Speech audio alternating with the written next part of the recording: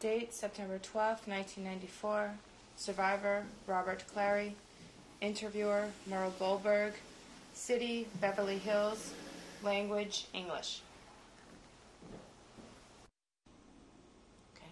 First, could you tell us your name, where and when you were born? I am known as Robert Clary, C-L-A-R-Y. My real name is Robert Widerman, W-I-D-E-R-M-A-N. I was born in Paris, France, March 1st, 1926. Could you tell me something about your life in Paris as you were growing up, what life was like? Can I go even further than that? Can I start with my parents? Sure. Because both my parents were born in Poland. My father was born in 1870. And he was a tailor. He had lots of children because he was a religious Jew. He was a religious Jew until the day he died. With his first wife, he had 6 children. And she died giving birth to the last child, and so did the last child. And he was stuck with 5 of them, a boy and 4 girls. And he married my mother, who was 16 years younger than he was.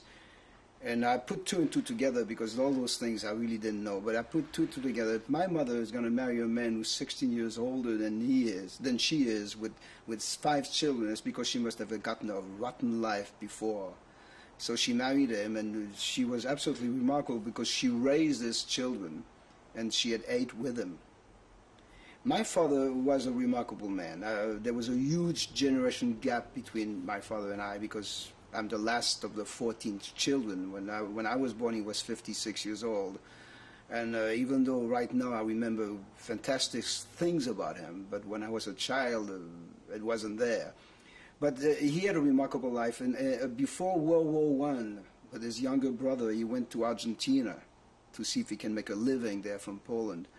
And if he could make a living, I would never have gone through the Holocaust. I would have been in Argentina right now, speaking Spanish instead of English or French.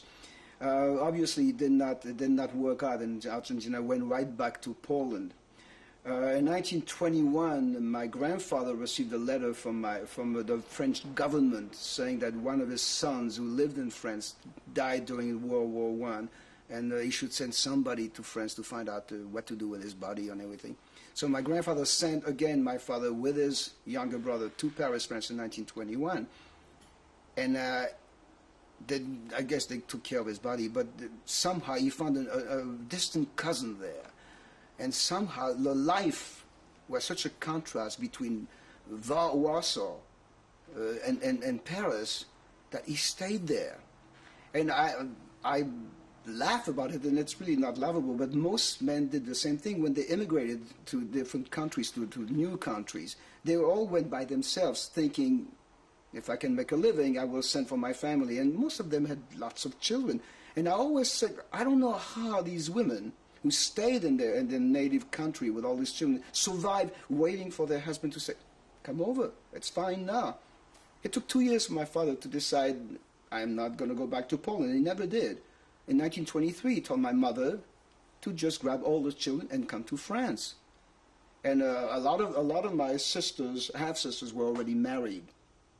Some of them stayed in Poland, but the rest of my family immigrated to France in 1923. And I have one sister and I who were born in Paris, France. My sister Madeleine was a year and a half older than I am. She and I were born in Paris, France. I was very fortunate. I had a great childhood. Not rich, far from it, lower middle class. I mean, we always had something to eat on the table. My father was a tailor. He worked very, very hard, made only pants, no jackets. I was the best dressed kid in the neighborhood because I had like 3 or 4 suits every year. But the reason I'm saying I was very fortunate because there was a woman in France, an aunt of the Rothschild. Her name was Madame Alphen. She built a 7-story high apartment house in the most magnificent section of Paris. Right in the center of Paris, there are 2 islands. One is called l'Île de la Cité, where the Cathedral Notre Dame is erected, and the other one is a smaller island called l'Île Saint-Louis.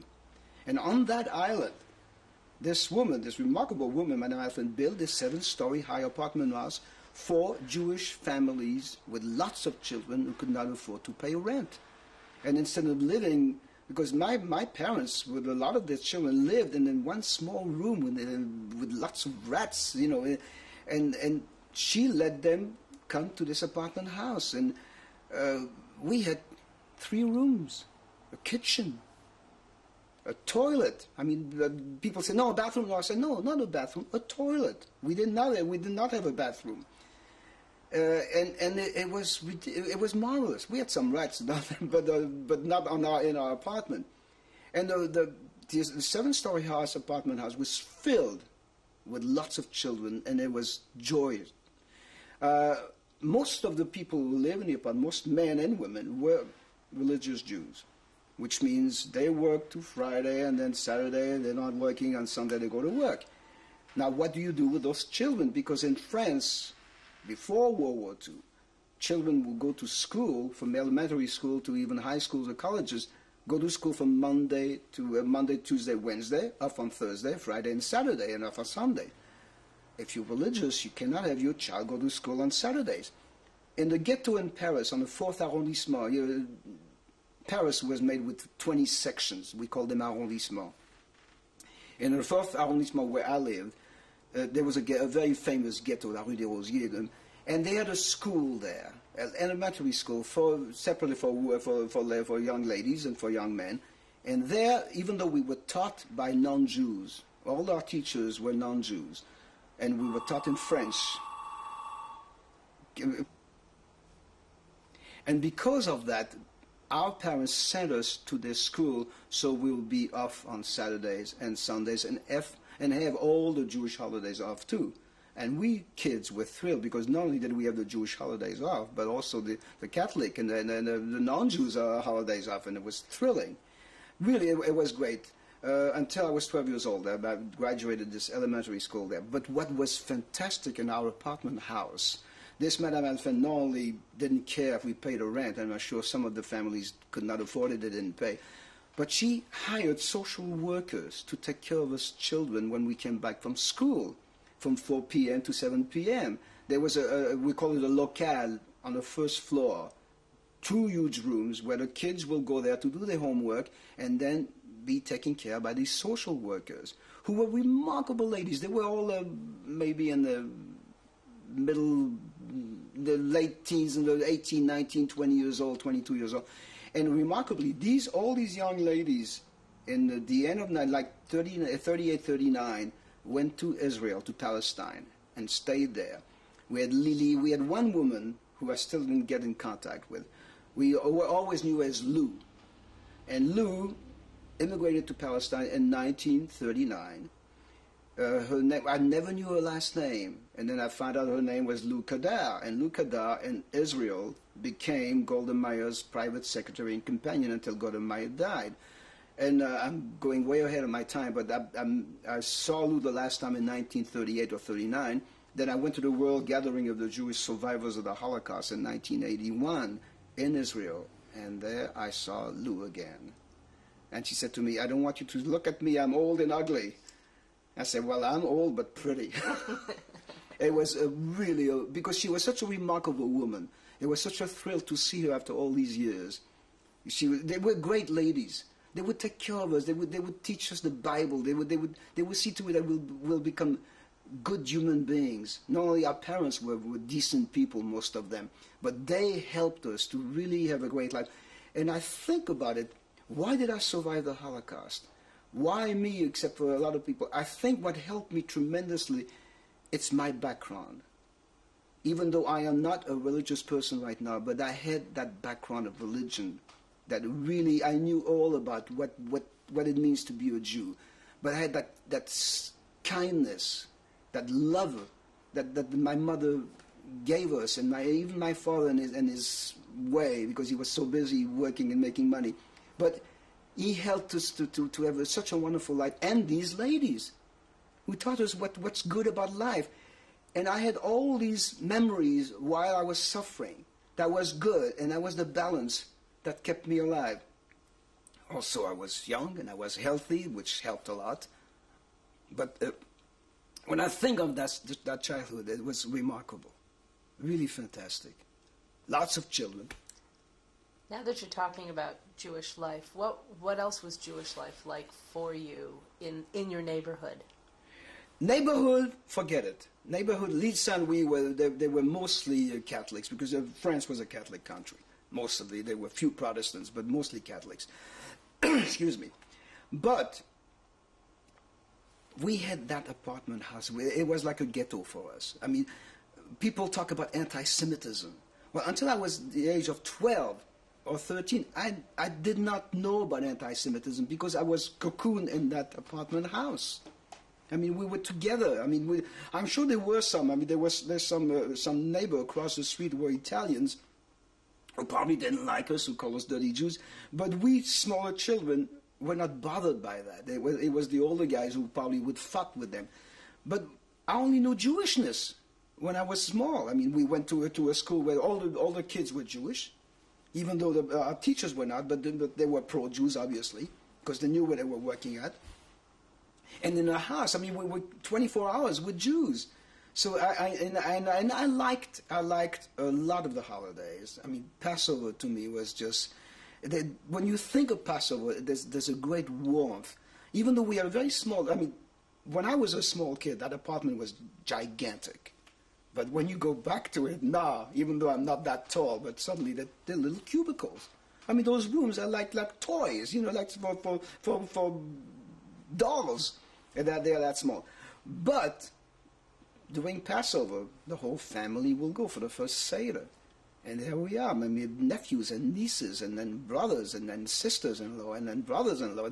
And we all sleep on the floor. Everybody is there for 2 days, and it was just, I must say, I didn't like the long Seder, though. They went on forever, because my father just went through the whole thing. And there's one thing that I was, amazingly, I was the last one, the last child. With my mother, my father had one brother. The first one was a brother. Then he had 2 daughters. Then he had a son who died when he was 6 months old. And then he had 4 daughters and me. I was the last one. And they always picked on me, the girls. Especially during Passover when you have to open the door, you know, for Eli, what's his name? Eli, you don't know? Yes, I do know. For, now it's gone right out of my brain. Whoever he is. I used to call him Malach HaMuves, which is not the right title. Malach HaMuves is something really... But because I was scared, I opened the door. I had to go, because as a boy, I had to go open the door to let him come in. And there was a long black corridor. And I was scared. He's going to come in, and I don't know what he's going to do to me. He's going to grab me, and then we are going to go away. It was frightening, but I really enjoyed the holidays. Yom Kippur, it was great. I never would go to the synagogue, but it was great. And all these wonderful holidays were just fantastic. Can you tell me? You were telling me before a little bit about the apartment house and the band, the kazoo band, and things like that. Can you tell me a little bit more about that? Well, I've always, since I can remember, I always had the facility to sing and dance. As I said, we were lower middle class, and to me, to have an orange was really like an occasion. It's a gala. And when I sang and danced for my family since I'm a little kid, I would call orange Kala. I want a Kala. And they would give me a piece of orange. Well, that was my récompense, as we say in French, my prize, and my prize, I should say. I've always sang and danced, and I really started professionally when I was 12 years old through one of the ladies who took care of us. Her name was Lily, and she thought I was talented, and she went to see a woman called Madame Aron. Madame Aron was the sister of a very big director, a film director in France, Jean-Benoît Lévy, and she used to have every Thursdays and every Sunday she would do shows for young children, stage shows. And I went to audition to her with Lily. Lily knew her. And I auditioned, and she loved me. And she took me over her wing. And then I started professionally. I also did something, I mean, I was very gutsy. I would do imitations of French stars, French singing stars, when I was 10, 11, 12 years old. They probably were dreadful, but I would do them. And I auditioned for an amateur contest that used to go on every Thursday for kids. And when I auditioned, I did those stars. I mean, Maurice Chevalier, and Jean Sablon, and Charles Trenet, all the big stars in France. And the ladies who listened to the audition were very taken by it. They said, no, can you do something else? And I had learned at school an aria from an opera. And I sang that. And that's what I did for the amateur concert. I did not win the contest, but they liked me so much that I was a regular on a Thursday afternoon program on radio. And I loved that. And then with Madame Aron, I would go, they would show a short film, then I would sing 3 songs, and then they would show another film. And I loved it. I was the envy of my peers. I was making money when I was 12 years old. And remarkably, I was a good student. Even though sometimes I missed school because we used to go to school on Thursday, and I would miss that Thursday. I was a very good student. I graduated from my school when I was 12 years old, the first in the school, with the highest point. And they said, well, you must have cheated. I said, no, I didn't. It just happened that I learned 2 days before, whatever. I was a very fast study. I wish I could be a fast study right now, too. Can you tell me a little bit about when you were first aware of any kind of anti-Semitism and the dangers that preceded the war? When I first got aware of anti-Semitism was when I went to junior high school. Suddenly it's not a Jewish school. And the majorities are Catholics. And some kids, I remember once called me a dirty kike. And I was absolutely shocked by it. Because I didn't feel myself, I didn't feel like I was Jewish or different. I was a French little kid who spoke French like everybody else and did everything like all the other kids did. And he called me a dirty kike. And I think that's the only time I did that I fought, because I'm a coward, I don't like to fight. And I fought with him. I think I gave him a bloody nose, and he probably gave me a bloody nose too, but I fought with him. And I was very surprised. Why is it?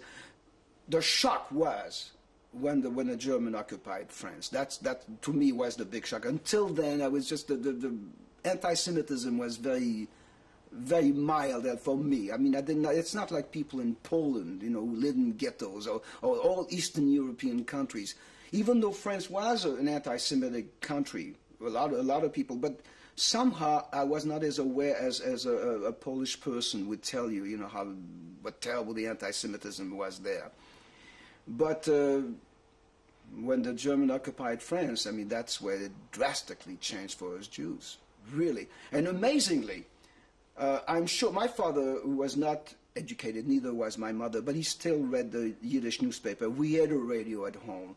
And I will never forget one day, he was listening with his brother and his sister-in-law and everything. They were listening to Hitler speaking, a big speech he was making, yelling. And I was in the kitchen listening for 2 seconds. I said, well, I don't understand German, and why is he yelling? I don't want to hear, because they were telling, it was already like 1938, and the war was imminent in Europe. And I didn't want to hear that. I mean, when you're a child, you don't want to hear about wars. You don't want to hear, because war, what it means? It means you're going to die. Bomb's going to fall, somebody's going to kill you, it's going to be shoot at you, and you're going to die. And when you're like 13, 14 years old, you don't want to hear that kind of thing. So I just left the room. I went right with my peers and played, and not being aware of it. I escaped that. And I must thank my parents for that. They never scared us about it. They probably thought, why should I scare this kid, or even the daughters who are 13, 14, 15 years old? Why should I tell them what's happening with Crystal Night? We didn't know. 1938. I never knew in Germany there was a Crystal Night. They spared us with that. And in a way I'm grateful, because I didn't have to worry at that time. I had plenty of other time to worry starting in 1942. So that was good, because they let us be, as much as we can, happy children with a happy childhood. I will never forget my bar mitzvah, because I had to do it as a boy. I mean, most of my sisters did also the bat mitzvah, but I did my bar mitzvah.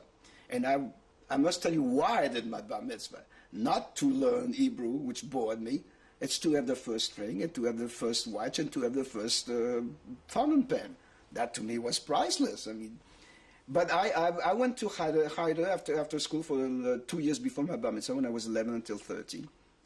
And cocky as I was, I learned the whole thing by heart. I didn't know what I had no notion of what I was saying. But I sang it beautifully, and everybody was very proud of me. I did it in a very small synagogue that still exists now in the Jewish ghetto, dans la rue des Rosiers, rue des Écouffes, and it's still there.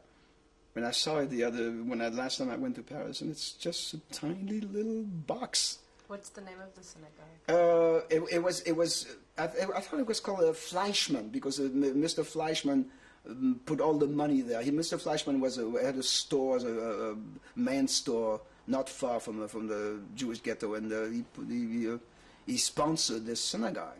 I think now there are a lot of North African Jews who have this synagogue now. But it was a great day, especially with a fountain pen in my ring.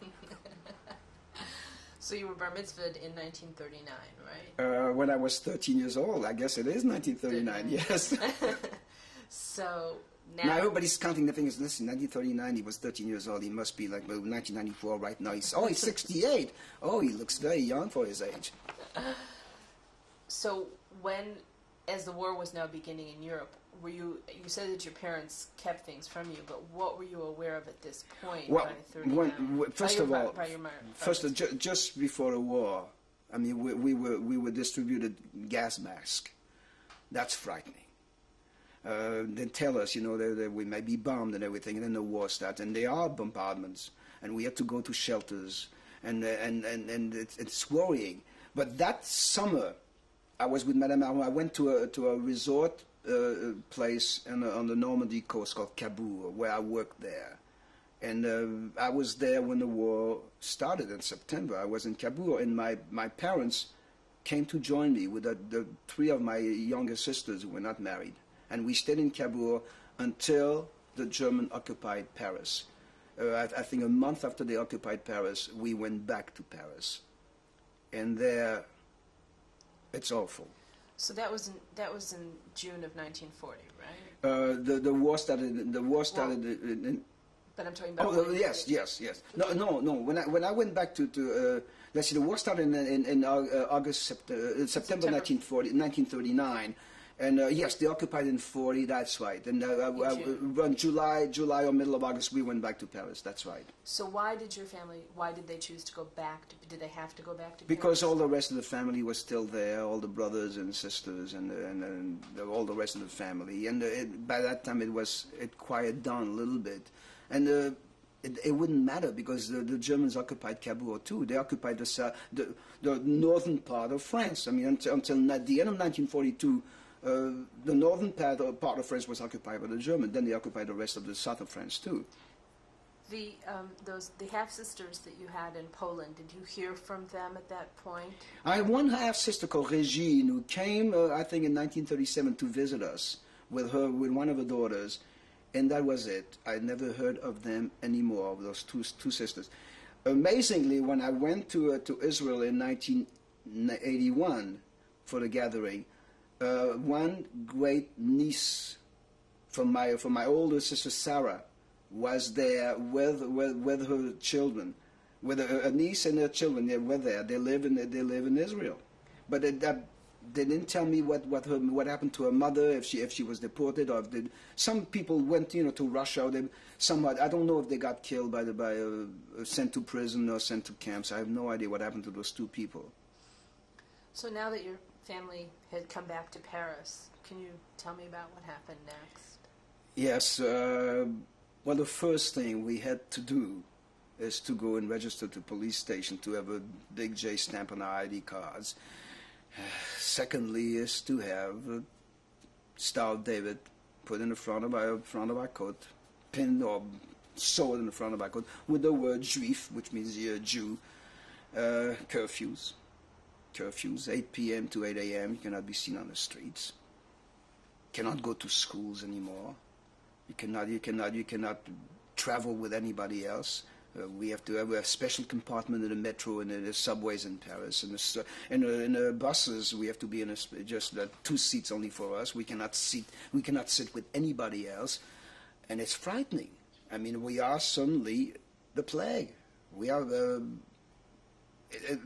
we are not human beings. I mean, they look at us. That if a German walks, we have to go off the sidewalk. We let them go. Otherwise, they're going to slap us. And luckily, I could not work in the business anymore. I mean, Jews cannot work in show business. Luckily, I was always very good at painting, at drawing, and one of my sisters scraped some money and sent me to an art school. We could go there because it was a private art school. It was not a public school, because public school, the Jews were not allowed to go anymore. And so I went to that art school, and I must tell you, it was a small art school, and there were I think I was the only Jew there. We were maybe 30 students. And I was very frightened the first time I had to wear my Yellow Star of David to go to school, because I don't know if I was ashamed of being Jewish. I don't think I was. But there was something that was prohibited. I mean, you cannot be Jewish, and you have to be one of them. And I said, wow, what are they going to think about me? I mean, they're going to realize, hey, he is a kike, he is a Jew. Maybe we won't like him. And the complete opposite. They were so nice to me. I knew them already for practically a year and a half, and we liked each other. And they were absolutely remarkable. The first day I wore the Yellow Star, they walked with me from the school to my home, so that, in case somebody does something, they're going to protect me. And I will always remember that. That was the start of the righteous Gentiles. There were unfortunately very few of them, but there were some. Well, they were, because some of my sisters were protected by non-Jews. My brother was protected by non-Jews in his quarter where he lives, and that's why he survived.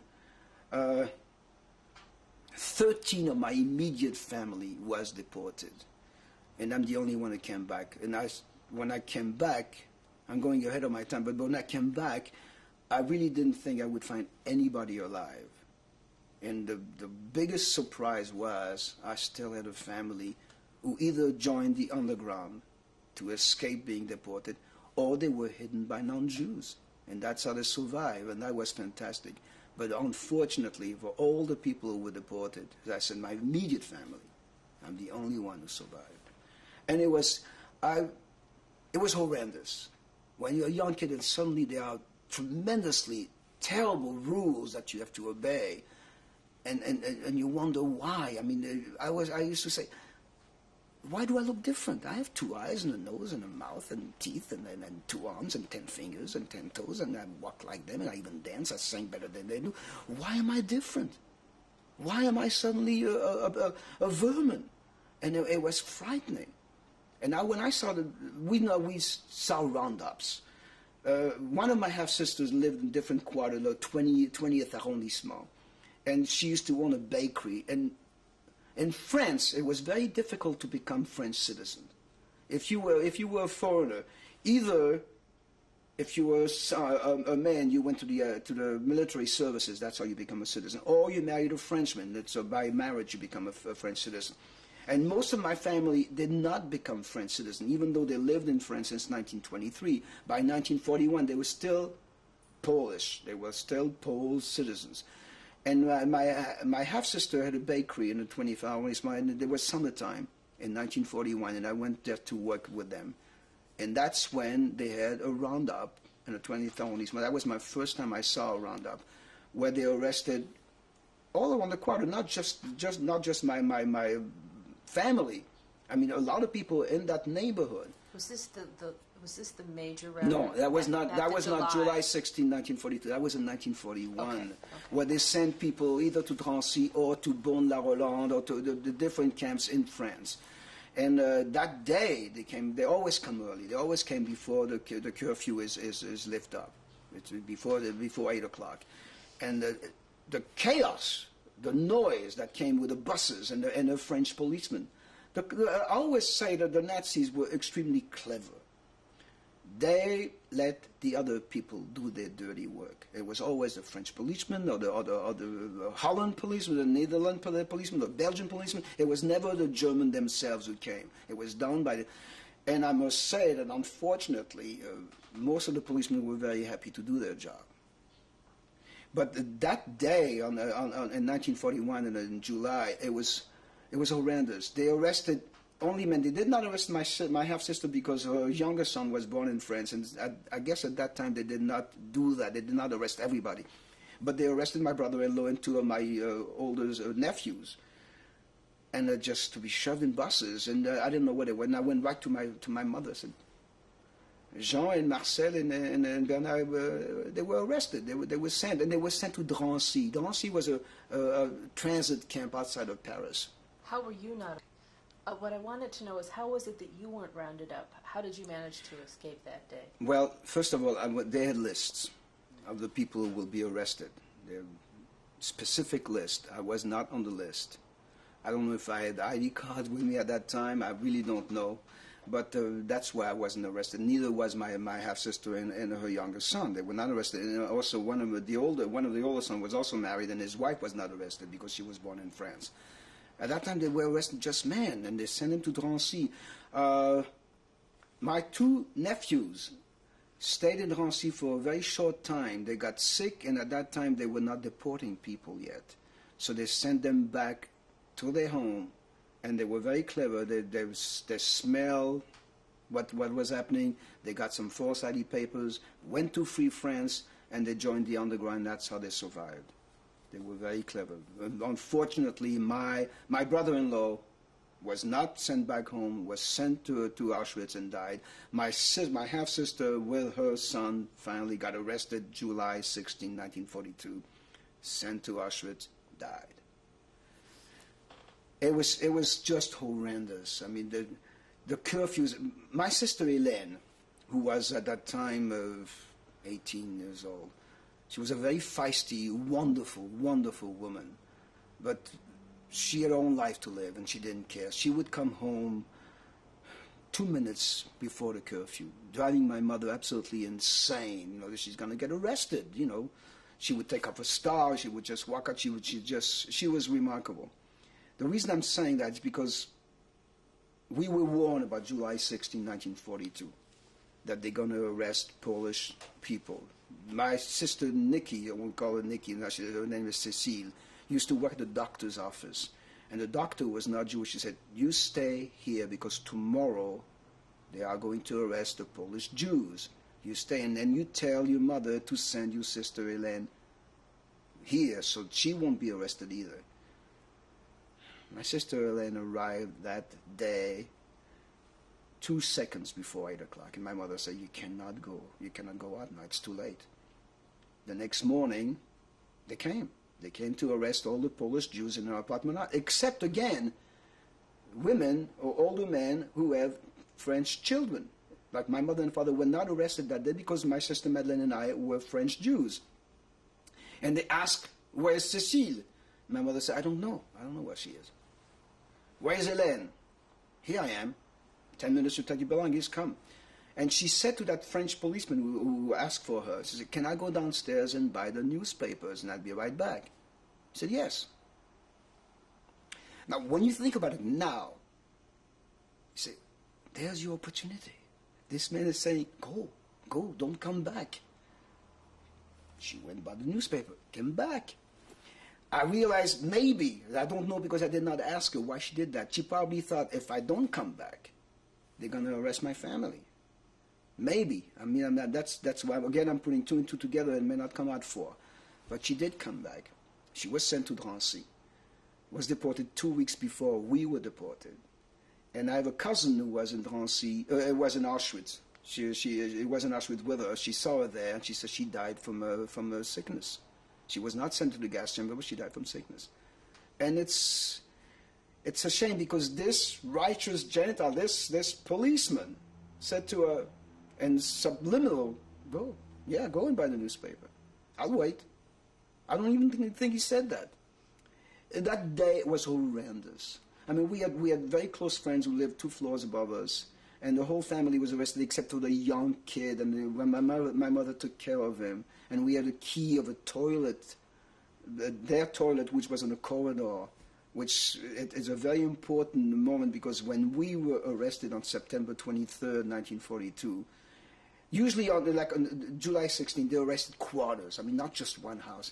That day, on September 23rd, 1942, they came to arrest only people in this apartment house, the ones who were still there. It didn't matter if they were French citizen or Romanian, or it didn't matter what nationality.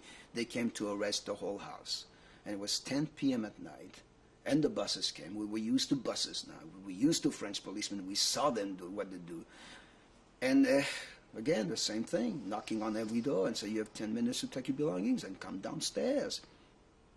And my mother just took that key from that toilet, which was not in the apartment, and she said to my sister, Madeleine, go upstairs and hide. And my sister just instinctively listened to my mother. For once in her life, she listened to my mother, took that key and went upstairs and hid. And she asked me to do that too, to go with my sister. And I didn't want to go. I mean, my sister was not security. I loved her. I still love her. But she was not security. My mother was security. My father was security. They were strong. I mean, my mother was compassionate. My mother was a rock. What am I going to do with my sister in the toilet? I refused to go. My mother said, she gave me some money and to go upstairs to tell my sister what to do. She gave her some money and some clothes. She said, do whatever. I don't remember what. But I went twice upstairs, evading the policemen because they were all over the apartment building, screaming, banging on doors, 10 minutes, Zeliszewski, Widerman, Arus. Downstairs in 10 minutes. And I went upstairs, evading the policemen, and I gave my sister the money and the clothes and tell her what to do. And I went right back. And I took a belonging. I took a blanket because we didn't have suitcases. I put my belongings in it. I used to go to art school. I put my drawings in it, my design and everything. And I used to love comic books and movie magazines. That's what I put in. That was my belonging. And we went downstairs. One thing, we had an annex in this apartment house. Somehow, they did not arrest anybody in the annex. There were 2 apartments on each floor, the 7th floor. 2 apartments. They never arrested the other. My uncle, my brother's younger brother, Yankel we called him, said to my aunt, I'm going to go downstairs and say goodbye to my brother. Goes downstairs. Policeman says, what do you want? Who are you? He said, I want to say goodbye to my brother. Go on a bus. Got arrested. Died with my family in the gas chambers. My aunt, never arrested, lived to be 93 years old, lived in the same apartment. It's a miracle. They never arrested them. From that moment on, I must tell you, the chaos stayed until the day I was liberated. I mean, we wouldn't. It's rare when we had great moments, when we had we were not treated like human beings. I don't remember, except for one exception, in the second camp I was in, which was Blechhammer, which was a satellite of Auschwitz. I remember near the end of the war, one exception of an SS captain who gave us the most magnificent speech to us.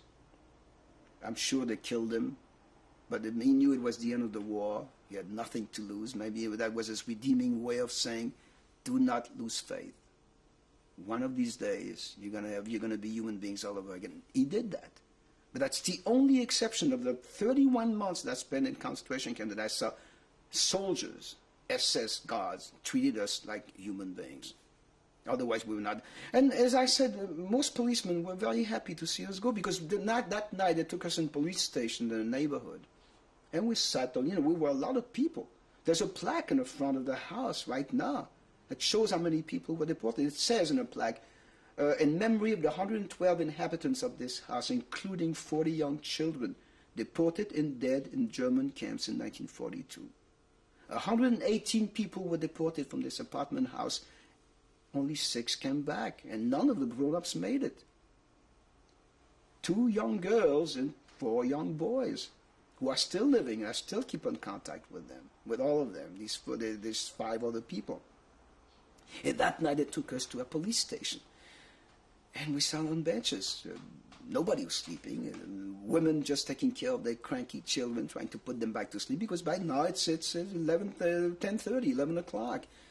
And men just, I don't know what they were thinking, because we were guarded by the French policemen. Nobody can get out. That's it. They won't let us out. They won't let us escape. And the next morning, into buses again and sent to Drancy. And what a horrible revelation. First of all, Drancy was a compound building. They were building apartment houses there. It's a huge compound. It was not finished. They were just big holes for windows. There were no furniture. There was straw on the floor, no doors. And there we are with thousands of Jews. There were thousands of Jews waiting to be deported. and straw on the floor. And we arrive there, and it's again chaos, tumult, the screaming, crying. People are asking, about their own family who were arrested before them. My mother asked about my sisters, and then somehow somebody remembered my sister Hélène and said she was deported 2 weeks ago.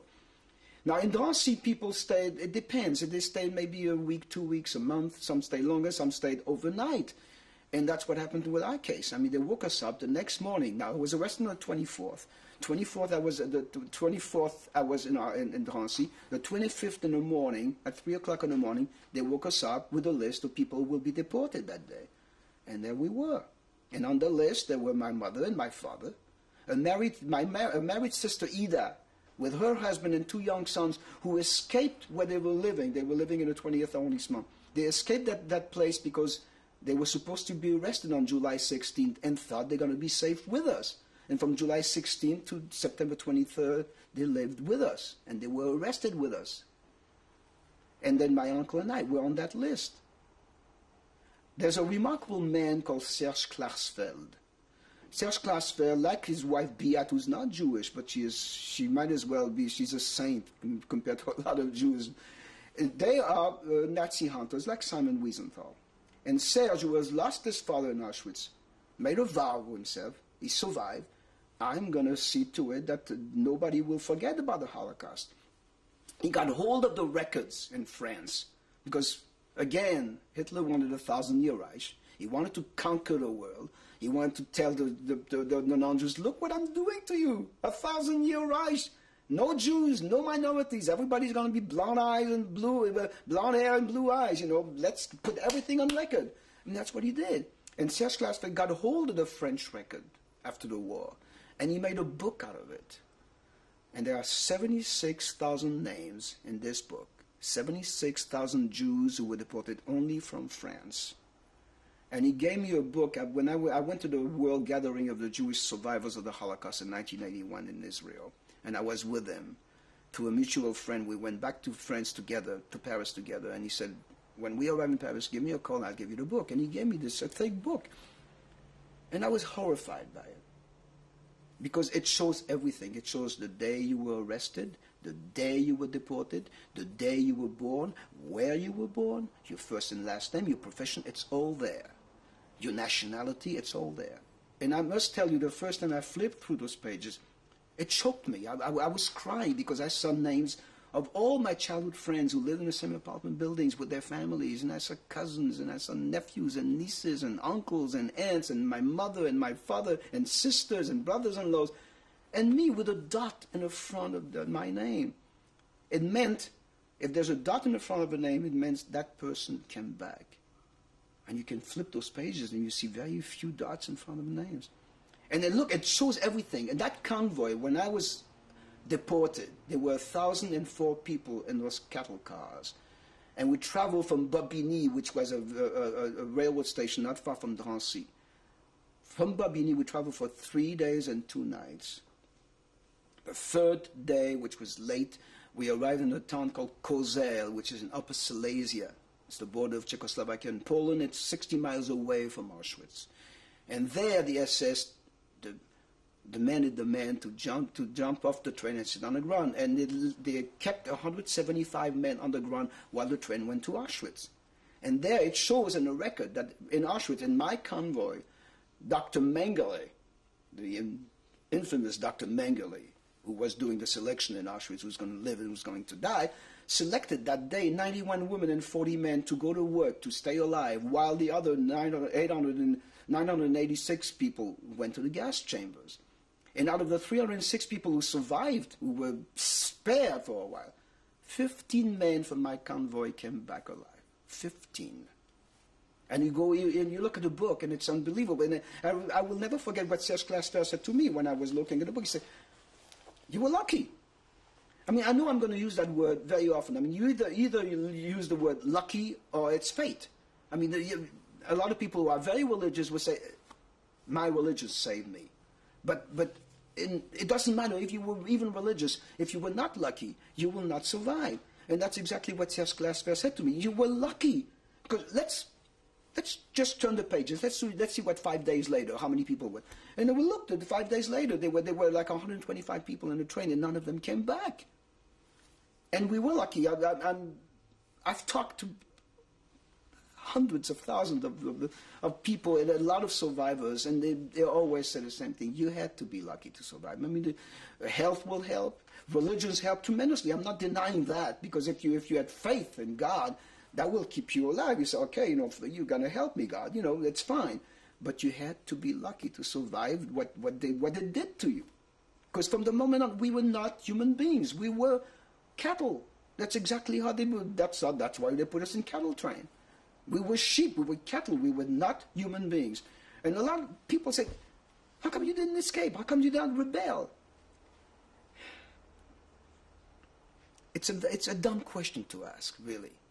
If we knew that we're all going to go to the gas chambers, or most of us go to the gas chambers in the ovens, and we're going to wind up as ashes for fertilizer, then of course we would rebel. It doesn't matter if we're going to die, because we're going to die anyway. But if we don't know that, life is precious in a way. Even though you may not have the greatest life in the world, it is still very precious. You want to live as much as you can. And so you're just being led by the nose. Maybe someday there'll be a better day. But you do that. And I'll give you an example of why we did not know that we were going to the gas chambers. The first day on the train, my mother was really a saint and a wonderful woman, and very wise. She was not educated, but she was a very wise person. She asked me to write a letter to my brother Jacques the first day on the train. And even the train stopped once in a while, because either there were convoys of soldiers going someplace and they had to stop and they would go back. And we would hear some French-speaking language the first day. And my mother would say, write that letter. And she'd tell me what to write. And the letter, I'm kind of paraphrasing, because I don't want to go through the whole letter. I said, Dear Jacques, we are 100 people in each compartment. It is so terrible what's happening in them. I don't want to describe it. And I hope that you will never see it for the rest of your life. And I mentioned all the names of the family who was on the train with us. And I said in the letter, we have hope and we have courage. And we hope to join some of the sisters who were deported before us in a resettlement camp in Metz, which is northeast of France. And we hope to come back and be a united family all over again. And that's trivia. I don't think she told me to write that. I said trivia, like, excuse my handwriting, but the train is in motion. And I said, take care of yourself, take care of your family, take care of the sisters who were not deported. And I put a P.S. in that letter. And I said, tell Amy to go to the laundry and pick up the 10 sheets. Now, why would my mother ask me to write this nonsense if she knew that 3 days later she was ashes? How could you do that? We did not know. I rarely cry. I'm very tough. I did a documentary in 1984. It's called Robert Clarier 5714, which is my number, Memory of a Liberation from Buchenwald. And I went to Bobigny, where we were put in the camp. And they have cattle cars there. And I went into a cattle car, empty. And I started to talk. The camera is just rolling, and I'm talking. And I'm just seeing myself in it. And tears are just, because I see my mother, I see the stench. I even felt the stench of what's happening there. Because we had 2 small wooden buckets for toilet facilities for 100 people. Give us a piece of bread, margarine, sausage, straw on the floor. And not knowing where we were going. What is our destiny, our destination? What are they going to do with us? And the crying and the moaning and the stench because of the toilet facilities. And you cannot even sit. And I'm in that cable car, and I'm really weeping. I'm just... You think, why can men be that inhuman towards other people? Why do they do that? Why can't they let other people live a life that they want to live? The earth is big enough. And it was just catastrophic. And it got worse and worse and worse. I mean, the 3rd day we finally arrived in a small town called Kozel, as I said. And because the the cattle cars were sealed. I mean, we practically in darkness most of the time. There were slots on each side, like 4 slots. You could not practically breathe. You could not stand. It was just awful. And they unsealed the wagon, and they opened the doors, and brutal meeting, screaming soldiers in uniforms with dogs on leashes barking at us, and Ross, and screaming constantly, Schnell, Ross. I learned those 2 words very fast, even though I didn't know what Ross and Schnell means, but I learned that. And then hitting us because somehow they said they meant to jump off the train and sit on the ground. And my brother-in-law jumped off the train, and they must have told men from certain age, because my father did not jump off the train. My uncle did not jump off the train. My two nephews did not jump off the train. That little kid from my neighbor did not jump off the train, but my brother-in-law did. So they must have said that. Men from like 16 to 45. I have no idea. He jumped off the train. I followed him. I sat on the ground. I'm 16 and a half years old. I really look like 12. I don't look my age. And you cannot live if you're 12 years old. There are great exceptions. I mean, there are great exceptions, mostly people from Poland, or twins who were spared for what do you call it? Experiments, that's right. But otherwise, they don't need young people to feed them for what? We're not going to feed them. They don't need them to work. You have to work over 12 hours a day. So that's why they don't need them. Because there's an SS who passed by. He see me sitting on the ground. He said, "You back on the train," and hit me with his rifle butt. And I grabbed my bag, my belonging, and I jumped on the train again. Now, what saved me is because we were very thirsty. We did not have anything to drink, no water for those 3 days. I stood at the open door with an older man, and we passed the cans of water to the people who stand on the train. And that saved me, because another SS passed by, and looks at me and says, "How old are you?" Again, I don't know what he's saying. All I'm seeing in front of my eyes is really horrible thing. I mean, men being bitten by dogs and hidden by the SS guards, and really just men saying goodbye to their family on a train. It was just, the crying and the screaming was just, it's something that stays with you for the rest of your life. And the man next to me, the old man, said, "I'm 16. So the Germans had just pushed me off the train, and that's how I was saved. My mother, again, remarkable. I'm going to cry if I'm going to say it. That doesn't matter. She was so remarkable. The first time, before I jumped off the train, and I was a brat when I was a child. I mean, because I was the youngest one, I was talented, I could get anything I want. Even my mother, then money, I would have a tantrum for 5 seconds. She would give me money to buy some ice cream and things like this, buy my comic books. And she knew who I was, but she adored me, and I adored her too. And she kissed me on my forehead the first time before I jumped off the train. And she said, "Be a good boy."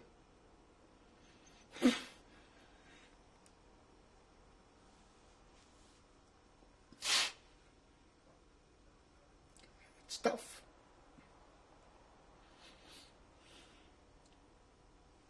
I'm 68 years old and I'm still crying. She knew me.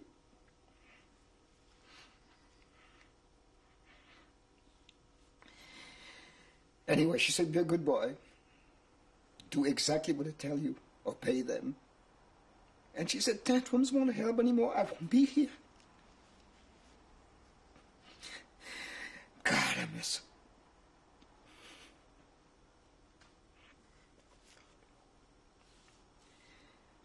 And I'm even sadder about my father because I never talked to him.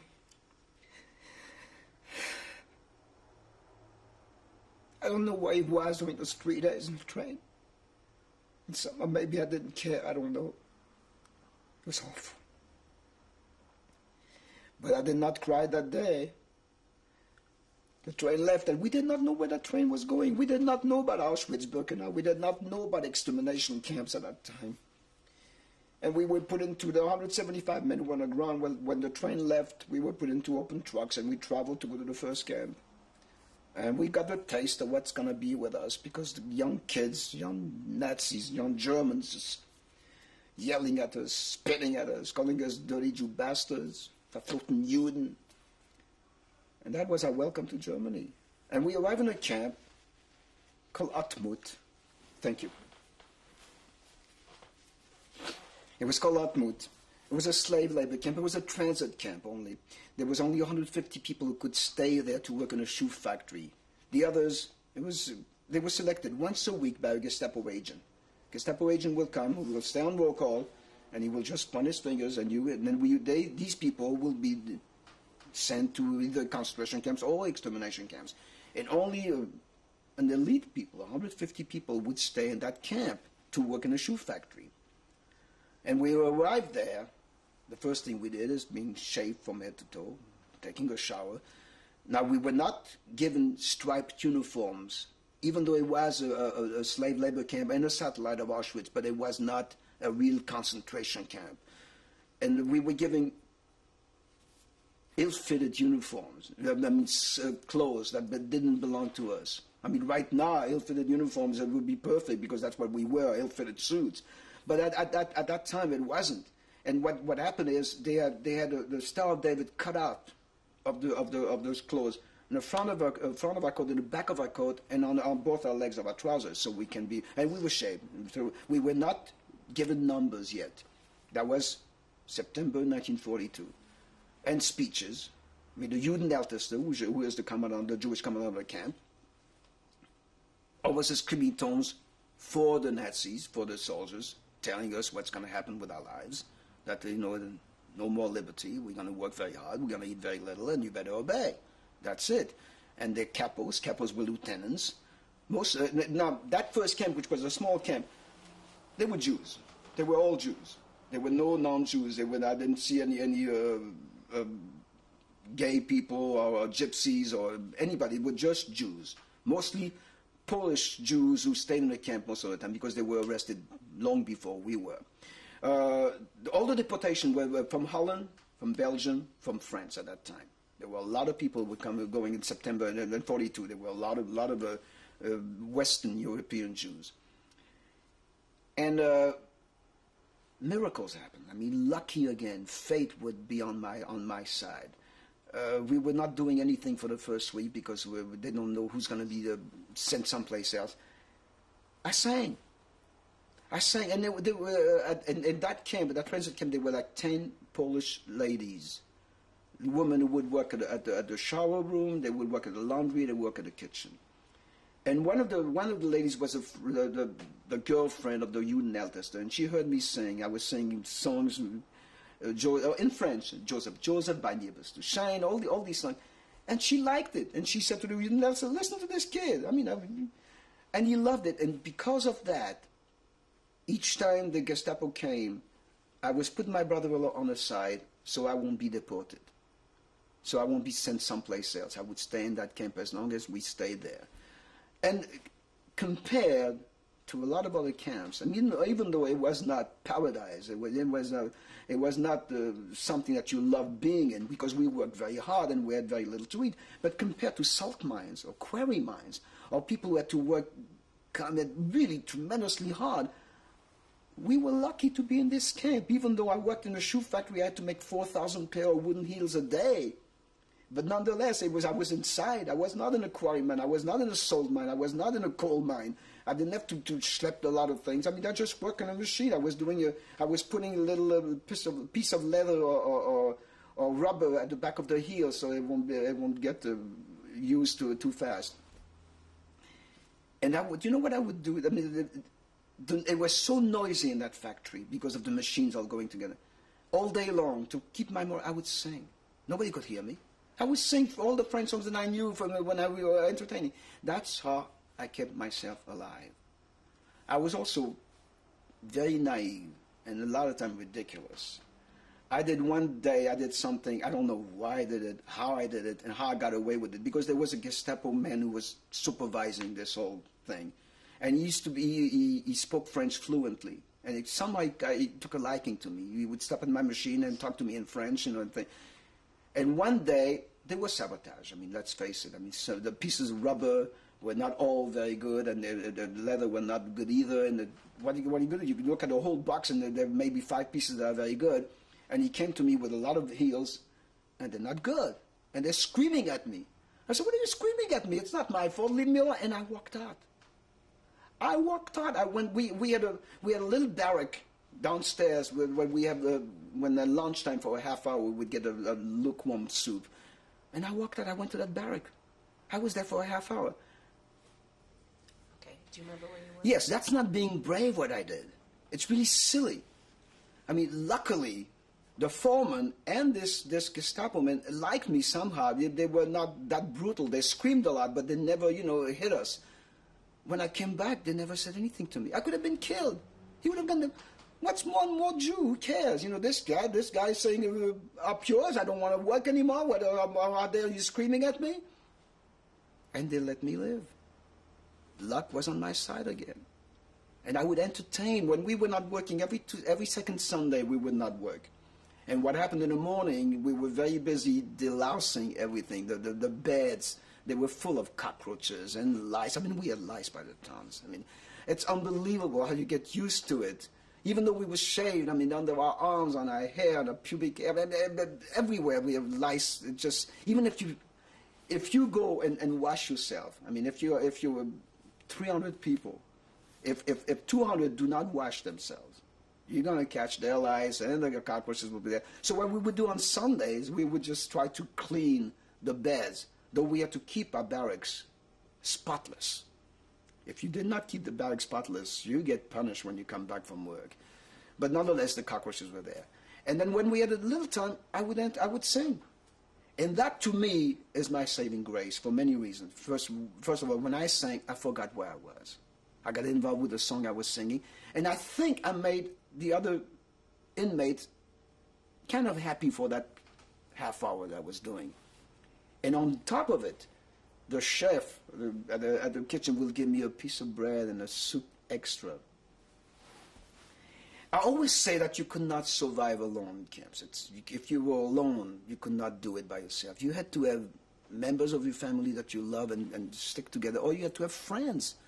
My brother-in-law, unfortunately, and it's again my youth, and I'm putting the blame on me for what because he lost his two sons, hold me like I am his son now. And he was my brother-in-law only. It is not somebody that I knew quite well, and why should he tell me what to do?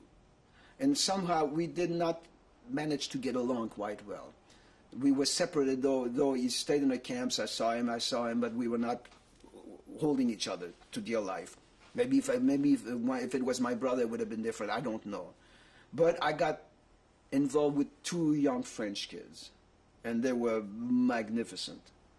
Georges and I can't even think of the other name, but they'll come to me. Anyway, we would stick together. We would share everything we had. We would talk about our past and friends, and it was just marvelous. And that helps you, because if you feel low one day, if the other person boosts you up, then your morale will just go back.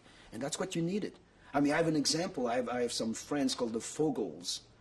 They were three brothers and a father in the second camp I was in, and they were remarkable. They just stuck together, come rain or come shine, and they survived the war, and they went to Israel. The father died in Israel now, and they still live in Israel. But they were absolutely, nothing will separate them. They were very solid. It was great. You see so many things when human beings are equal, because that's what we were in the camps, except for the capos and then the student elders who had a better way of living than we have. But when human beings are equal, then you see who is a good person, who is not a good person. And you see a lot of people who really show their true colors, and it's very ugly. I would think that most capos abuse their power. They'd scream, which was understandable when the Nazis were there, when the SS were there, because that's what the SS wanted, to be kept in order, to run the camp properly. Otherwise, they're going to get theirs. But why do you scream when they're not there? Why do you still hit us when they're not there? Why? Show the other side. Show that you're screaming because you have to scream, because otherwise it's going to be your ass. But otherwise, why do you scream? Why do you hit us? And I've seen that too many times about capos, and it's a sad thing to say, really. Anyway, I stayed in that first camp 19 months doing my 4,000 pair of wooden heels a day. and singing my head off. And we, for a very long time, did not know about extermination camps. At least when I say we, I should not say we. I say I did not know. Again, my youth, my innocence, my not really wanting to realize where I was in, even though I know where I was, but I just didn't want to face the complete reality. I did not know about extermination camps. Every night, even when I knew about extermination camps, every night before I closed my eyes, I would pray to God to save everybody in my family. And I will just go from my father down to the last nephew. Say, please save them, like I am saved right now. Did not obey, but I did that. As I said, even when I knew about extermination camp, what they were doing with older people and younger children, by that time I was, but still I was hardened, but still in my brain and somewhere I said, maybe not, maybe they escape like I'm escaping. Now, 19 months later, we evacuated in Atmut because it's going to be an English prisoner of war stalag. And we are all sent, all the 150 people, to a satellite of Auschwitz called Blechhammer. And there, it's a big camp because from 150 people, we are 3,000 in that camp. Brick walls, which we did not have in Atmut. Electrified barbed wire, which we did not have in Atmut. Guard towers, which we did not have in Atmut. Lots of barracks. SS guarding us, which we did not have in Atmut. They were all Wehrmacht people. Complete change, and we arrived with 150 people in this huge camp, Arbeit macht frei, you know, what they say in Auschwitz. And they sent us to yes? I just want to ask you, when they took you from Atmut, did they just wake you up one morning and you were gone, or were you aware that you were No, we did not. As far as I can remember, we did not know that we're going to be evacuated. It's quite possible that UNELTESTER knew that they're gonna send us away. I don't think I knew. Yeah, they just say, okay, you know, we're leaving. And again, was it the same sort of, how were you transported? Trucks, we were not walking there. So the Germans were not losing the war like they did in 1940, the end of 1944. So they still have trucks available for us to travel, and we did travel. And Blechhammer was very close to Auschwitz. Again, it was in Upper Silesia, very, very close by, to Atmut, I mean. And there we are. We sent to gas chambers. We were sent to the shower rooms. They were not gas chambers. And what they did is saved us again, and then they disinfected us. That was the first time that we were sent to a big vat with a green liquid that was absolutely vile. But just to get rid of the vermin, so the lice and everything. And then they gave us striped uniforms. That was the first time again that they gave us those striped uniforms with shoes that were canvas tops and wooden clocks. That's what they were. I don't remember having socks. I don't think we had socks. We did not have any socks. We had just for the winter they gave us a very light overcoat. That's the only thing, and we had a cap. And then they took us to a barrack, and we stood in line, and they told us to roll up our sleeve on our left arm, and they gave us the tattoo. Can you hold up your arm? So well, because I have a tan, I don't think you'd be able to see it. And you know, after all these years since that was made in 1944. Can you also tell us your number? The number is A5714, and the reason I have A is because I was tattooed that late. Otherwise, let's say if I went to Auschwitz in September 1942, where they were tattooing people, I probably would have gotten like 115 or 1,000, something like this. But the A is because they didn't want to 5 million, so they didn't want to do that, so they put A there. So they started the numbering all over again, is that? So A5714 was my number from then on.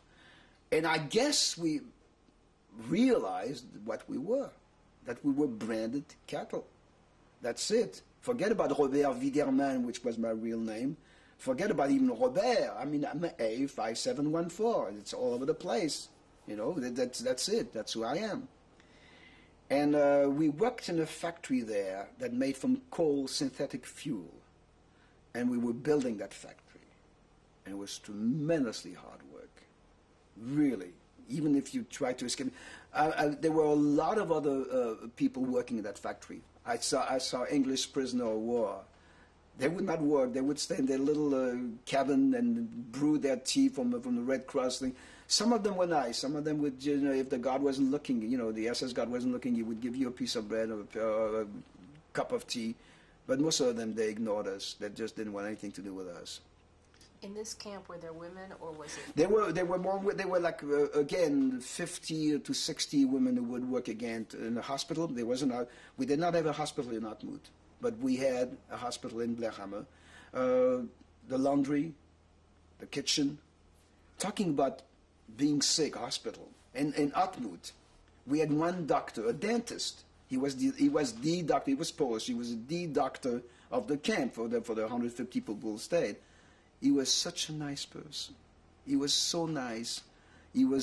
I was sick during my entire time, 31 months in camp. I was sick once with a fever. And for 2 days I did not go to work, and he gave me some aspirin, and that was fine.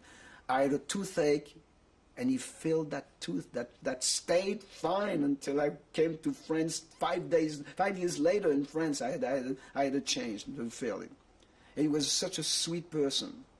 That gave you really a way to want to live, because they are great human beings. I saw some remarkable people who will help you, will give you courage. That's what keeps you alive. Anyway, in Blechhammer, we are put into barracks and we go to work.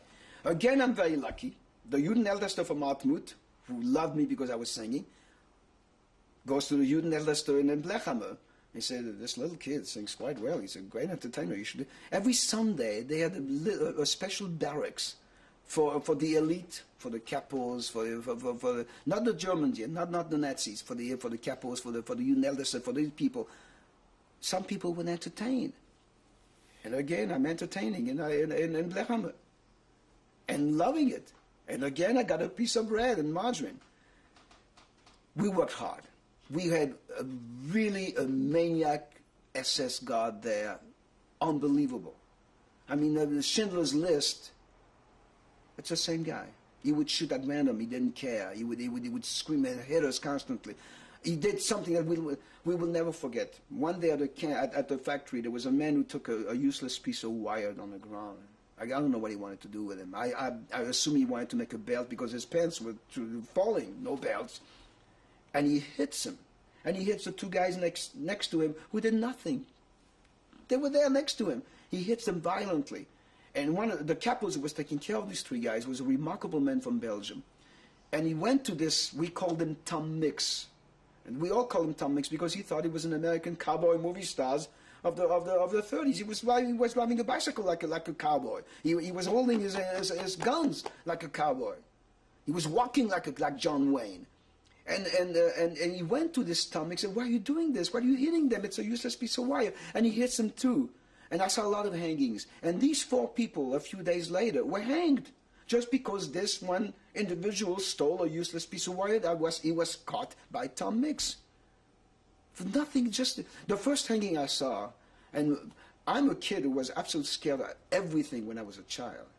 And suddenly I have to be on guard duty at night when it's pitch dark, to see that people who go to the latrine will go back 10 minutes later. They better go back, and otherwise it's you're responsible. If they don't come back, if they escape, you're the one who's going to get killed. So that's why we were on guard duty. And suddenly I have to be on guard duty with people being hanged. They stay hanged all night long. And I'm seeing corpses that are being hanged, and it's frightening. That's death. I don't want to see that. I'm frightened, Mama. But not after the third hanging. I was not scared anymore. But it's frightening what they were doing. We would work for 12 hours very hard, and then we would stay on roll calls if there was some hanging for at least 2 more hours. Usually the roll call was to be counted, and they counted all over again. If people were missing, counting, and it would take like a half hour to an hour. But when there were hangings, speeches from the SS, you better behave, it's your turn otherwise, and then seeing the hanging. And then in the middle of the night, sometimes what Tom Mix would do when he didn't feel like sleeping, he would make us exercise all night long. I mean, we had 4 hours sleep at night, maximum. And if you were on guard duty, you had not even that, and then work for 12 hours. Then for 4 hours we would exercise. I mean, up, down, crawling and hitting us. That was his joy. He was hysterical with happiness. On top of it, which in a way was great, that factory was bombed every day by the Allied bombers because it was a factory that was making from coal synthetic fuel, and the Allies did not want that because the war is going to go on, and they're going to win. And it was bombed. They made shelters, very good shelters, but we were not allowed to go into shelters.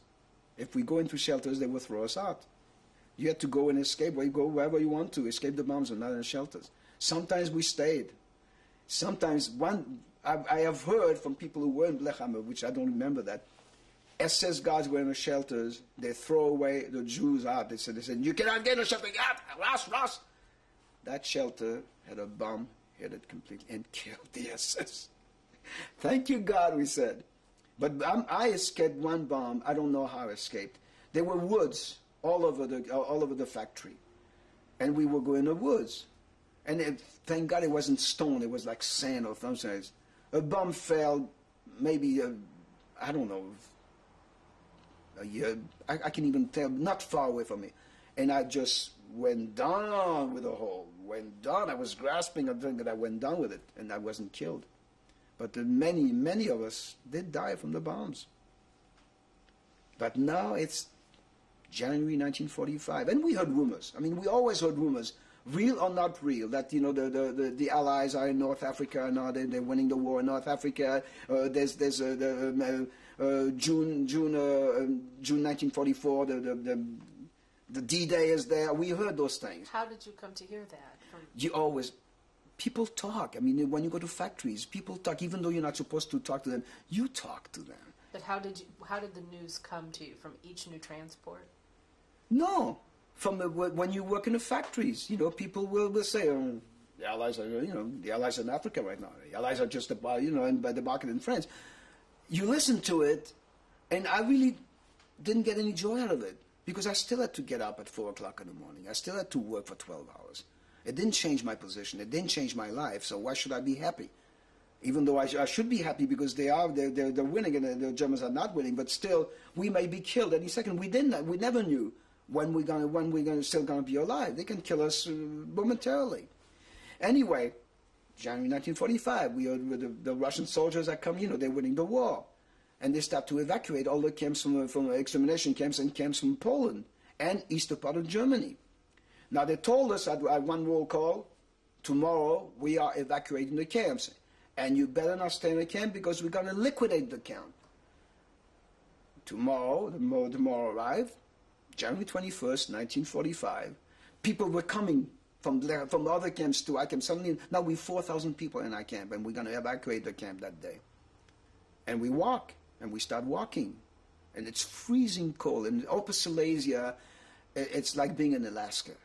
And it's freezing cold, snow up to your knees, and all we had is a very light striped uniforms. We all took blankets and put over our shoulders to have some warmth there. Now, my 3 friends, the Fogels and their father, they knew that if his father walked, they're not going to make it. So they hid under the barracks. They were not liquidated. They were liquidated. They were liberated by the Russian soldiers. They went in France. They were there in February 1945. They arrived back in France.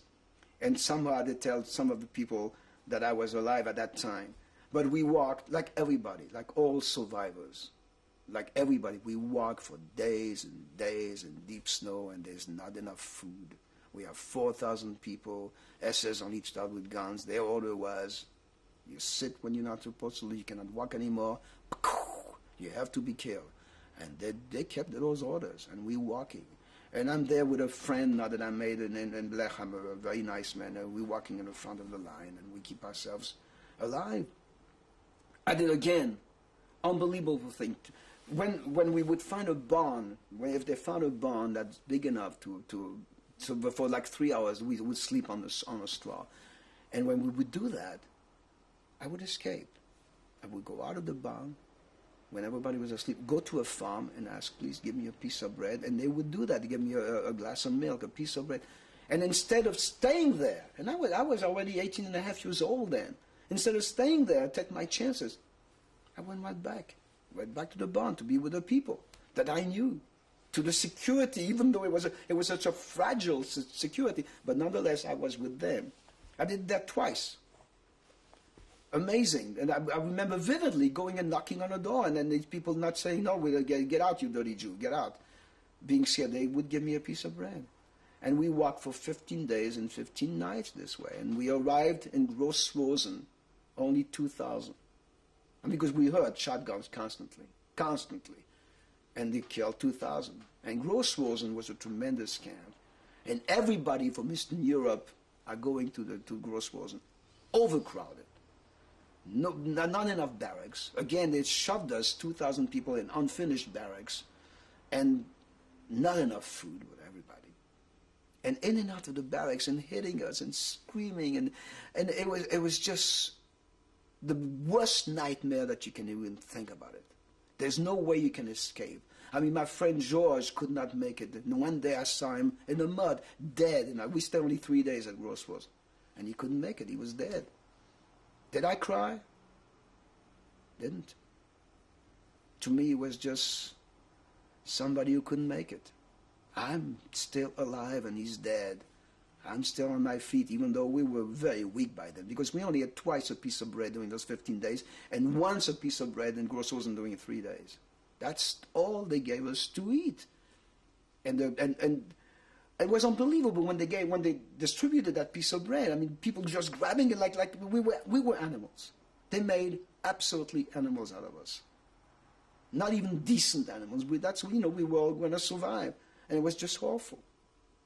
Third day, they evacuated that group, that Blech Hammer people. We're going now. We with 2,000 people. No, we're less than that because people died in Gross Rosen. And they found an open cattle train. And they put us in it. But before that, we stayed in a very long line. And I see the people in my convoy going to a barrack, and I don't see them coming out. And I knew about gas chambers. I said, Mike, this is it. This is it. I survived for over 2.5 years, but this is it. Goodbye, world. We went to the barrack to be registered for the 1,000-year Reich, so they will know when. Oh, the records are there. When you arrived at Gross Rosen, when you left Gross Rosen, it's all there. Again, even though Hitler was losing the war. All fronts. The Western Front, the Eastern Front, he was losing the war. They still had to know when we left the camp. And we were put into a cattle train. We traveled for days to go to the middle of Germany.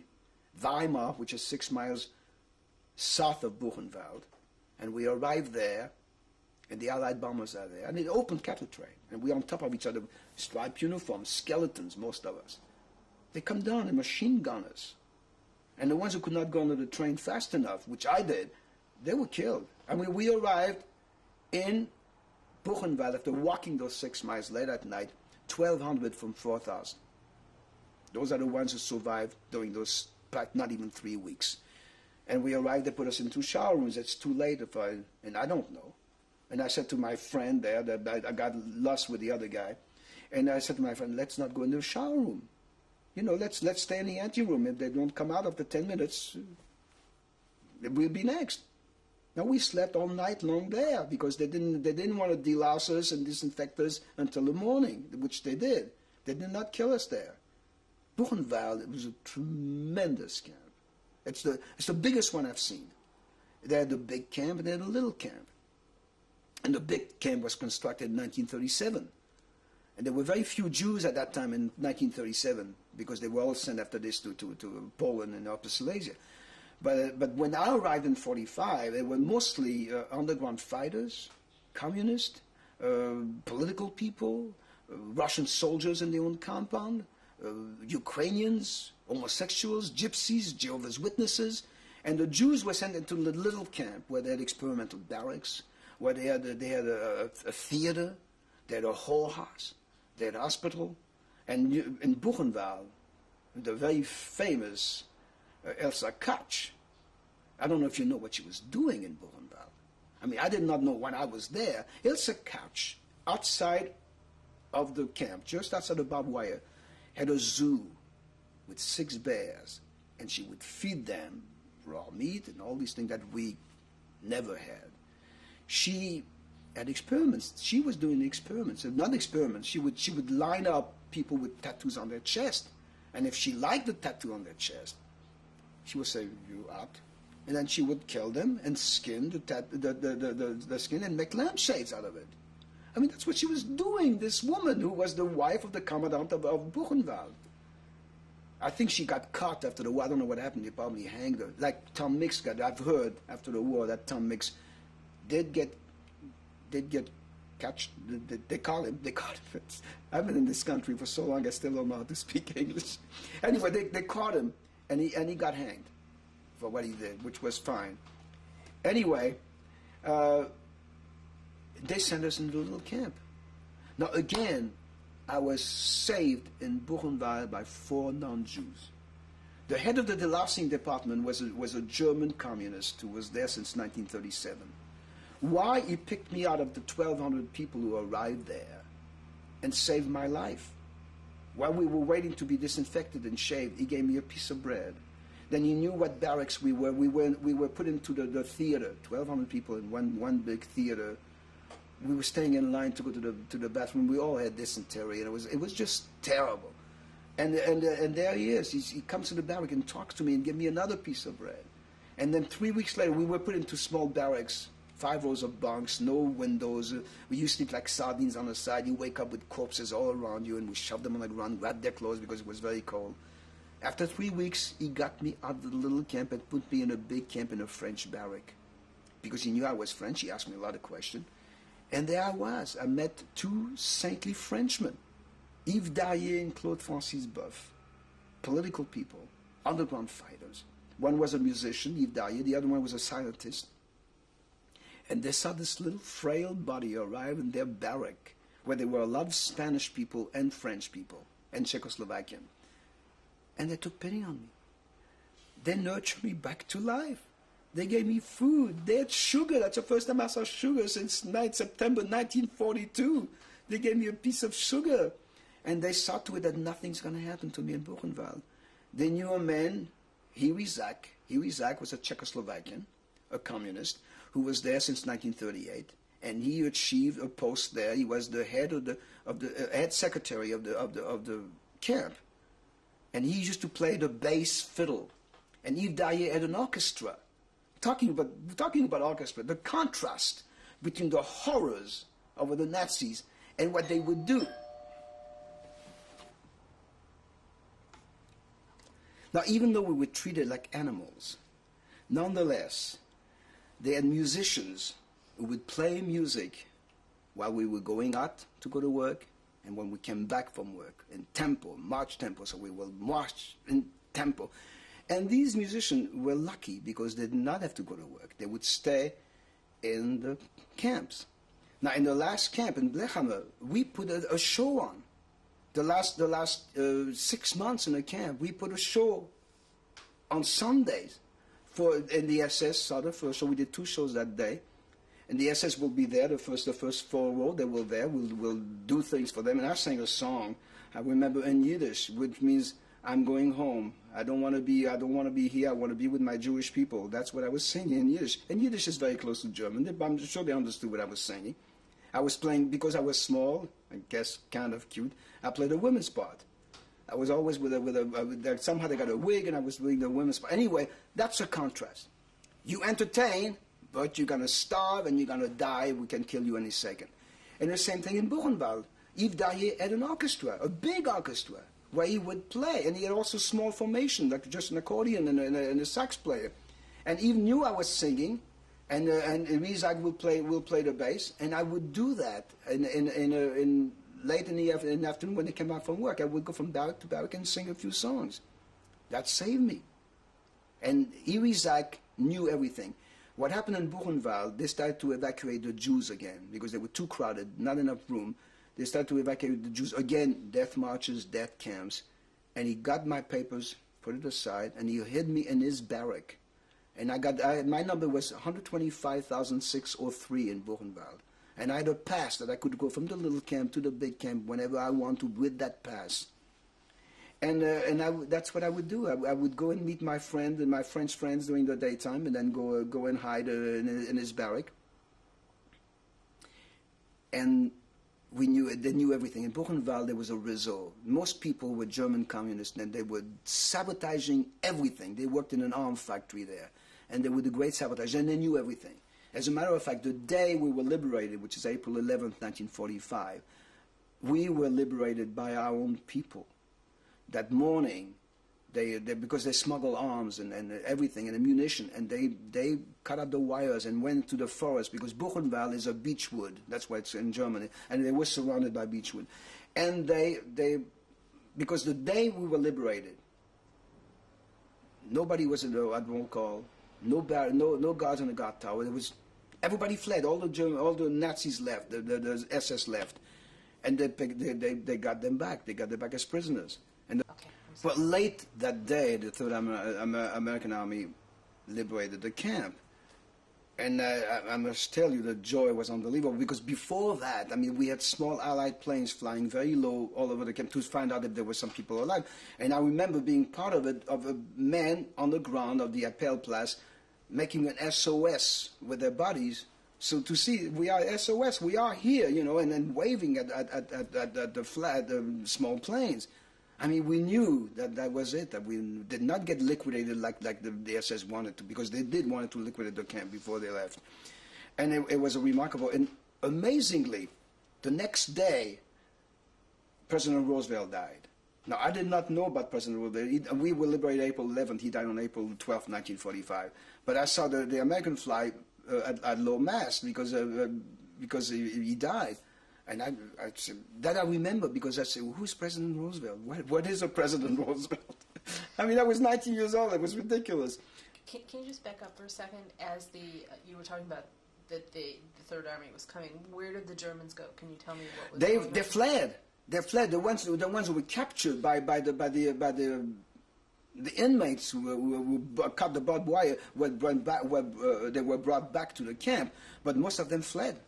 Because they could hear the guns and the cannons and everything that the American was there. It was unbelievable, and the GIs were just amazed. I mean, they've never seen such a thing. I mean, there were corpses and bones and ashes all over the place. And when they went into the little camp where the Jews were there, the 5 rows of bunk, and most of them were dying, and the stench was unbelievable.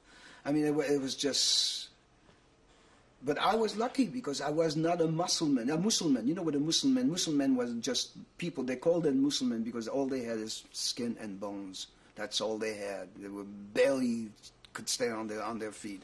But at that time, I was nurtured by my 2 friends, and I was not a Muslim. And I was amazingly. We were liberated on April 11th, 1945. A week later, we gave a concert at that theater where I practically died for a week for the GIs. A huge concert, and I sang a lot of songs.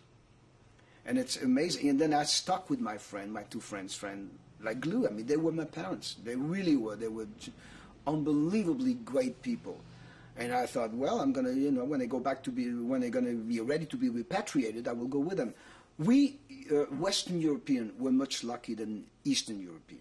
A lot of them did not want to go back to Poland and Hungary and Romania and Russia, whatever, to get what kind of life they had there. So they went to displaced person camps, and they stayed for a very long time. And their lives were just a notch better than what they had. So there was a mixed camp. They were not just with just men or just women. And some of them got married there, and they had children. But there was another life. They had to wait there, displaced person camp, to get a visa to go to free countries, mostly Palestine or the United States. But we European Jews, like Holland and Belgium and Spain and Luxembourg and Greece and France, we went right back. I mean, I was back in France, in Paris, May 4th, 1945. I was liberated on April 11th. And I will never forget the first day we went out of the camp, my 2 friends and I. It was like the second day of the liberation. And we were walking. And I was never out of Buchenwald, because I stayed there for the last, from January until April 1st. And I kept on looking behind me, because I was so used when I walked to have dogs on leashes and guards guarding me and screaming at me and hitting me, that I kept on looking. I really can go anywhere I want to? It was unbelievable. I was screaming with joy. We are free. I'm a free person. I have a name that belongs to me. By the way, my name, Robert Clary, was given to me by my 2 French friends in Buchenwald. Because we didn't know if we were going to survive, but nonetheless, we had an optimistic point of view. And I said, when we were at roll calls, the roll calls were endless. 2 hours Royal Crosby County because there were too many people there. And we were talking, and I said to Eve, I said, you know, if we're free, if we get liberated, if I go back to France, I'm going to go back into show business. But my name, Robert Widerman, I still was afraid of anti-Semitism, and it's too long. And one day we were talking about a French movie. It was the adventure of Désirée Clary, who once was Napoleon's mistress, and he made a great movie out of it. And Yves Daillier said to me, Robert Clary, that's your name, Robert Clary. And that's how I become Robert Clary, Robert Clary. That's how I got my name there. It was a lucky name. Though, I must tell you right now, I wish I didn't change it. I wish I could still be called Robert Widerman or Widerman, whatever. But it's Robert Clary. Anyway, 3 weeks later, we're back in France, May 4th. And we go. How did you get back to France? Well, we went to a first in a city not far from Buchenwald called Eisenach. And the first day, then we put in a very nice hotel. And the first day, I'm sleeping in a bed with a mattress with white sheets. I was dreaming. I didn't believe that was reality. Really? That exists? White sheets and a mattress and a bed, and maids are coming to make the bed and give us some morning breakfast. And then the French, there was an auxiliary corps unit from France who would go to Germany to bring the French people back to France. And they brought first the ones who were not in good shape. And we stayed a little longer because Yves Daillier and Claude Francis Boeuf and I were in better shape, so we stayed there for a while. And then we went from Eisenach to Louis-Guillon, which is a small city in France near Alsace-Lorraine. And then we took, I don't know how long it took to travel there in trucks. And then from there, from Louis-Guillon, we took a train from Louis-Guillon to Paris. And on May 4th, we arrived in Paris, put into a beautiful hotel, l'Hôtel Lutetia. We entered the lobby, and I hear my name screamed out loud, Robert!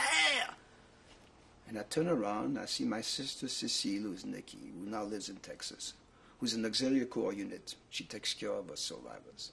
She knew I was coming back because the woman who was in a truck to take us there, when the last time she went back to Paris, she saw me. And this woman was the one who auditioned me when I was a kid, when I did the imitations. So she knew me and she knew my sister. She said, your brother is coming back. But she didn't know what day. And that day, the superior said, why don't you go and have lunch? She said, no, I'm going to wait until the convoy comes and I'll go and have lunch. And there she is. And she tells me the good news. First of all, we are crying like I've never cried before. I mean, we're holding and crying and kissing. And then she said, you know, a lot of us are alive still. Then she tells me my half-brother Henri is alive. My half-sister Fanny is alive with their family. My brother Jacques is alive. My sister Amy is alive. My sister Madeleine is alive, and she is alive. I could not believe it. I did not stay in that hotel. I went right to my brother Jacques. I was 19 years old. No self-pity. I turned that page so fast, it's unbelievable. I had one goal in my life. I had a family, not my mother, not my father, neither the other 10 who died, but I had a family and I wanted to go back into show business. That was my goal in life, and I never wanted to talk about it. Never want to say, yeah, this is what I went through, forget it. And they respected my silence. I must say about my family, don't want to talk about it? Fine. We love you, you're here. My brother was remarkable. He did everything for me. Again, he was not rich. None of us were rich. But I went back to France and got a hold of my life. I don't want the world to owe me a living. I never did that. I'm going to be a big star. I said very cockily to my brother in France. I arrived and said, you'll see, in 6 months I'm going to be a big star in France. And he laughed at me. He said, why don't you become a tailor like I am? I said, no, I'm going to be a big star. And I worked. Never became a big star in France. I worked. I used to had a clown's uniform, a suit, and I would go and knock on nightclubs in Paris and Montmartre and sing and audition, and then that's how I started. And I became a band singer. And I was very lucky again. I was with a big orchestra in a dance hall. And in 1947, in America, the musicians were on strike. They did not want to work for recordings. So a lot of artists and repertoire people went to Europe to do some recordings. And somebody told this Harry Bluestone, He said, there's a wonderful girl singer at the Olympia Dance Hall. Why don't you go and see her? And then she was Yolande Corral was a wonderful singer. We were two singers in a big orchestra. And he listens to her, and he listens to me. And he had an interpreter with him who speak French because he didn't.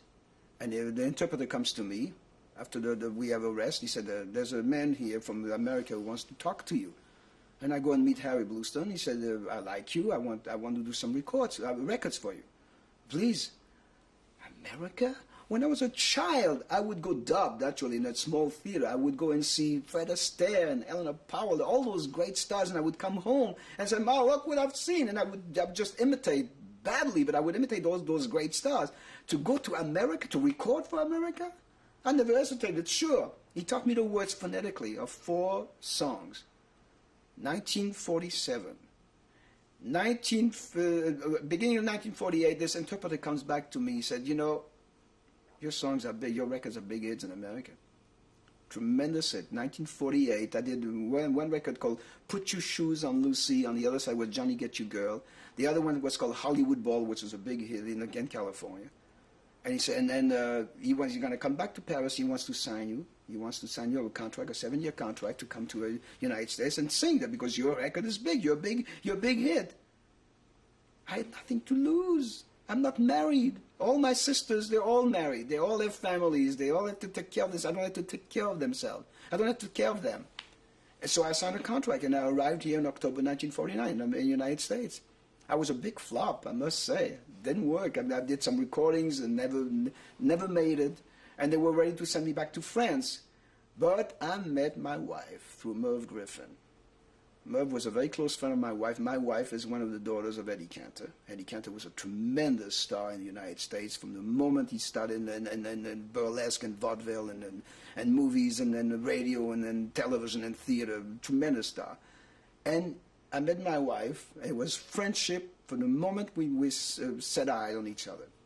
And she introduced me to her father, and her father helped my career tremendously. Your wife.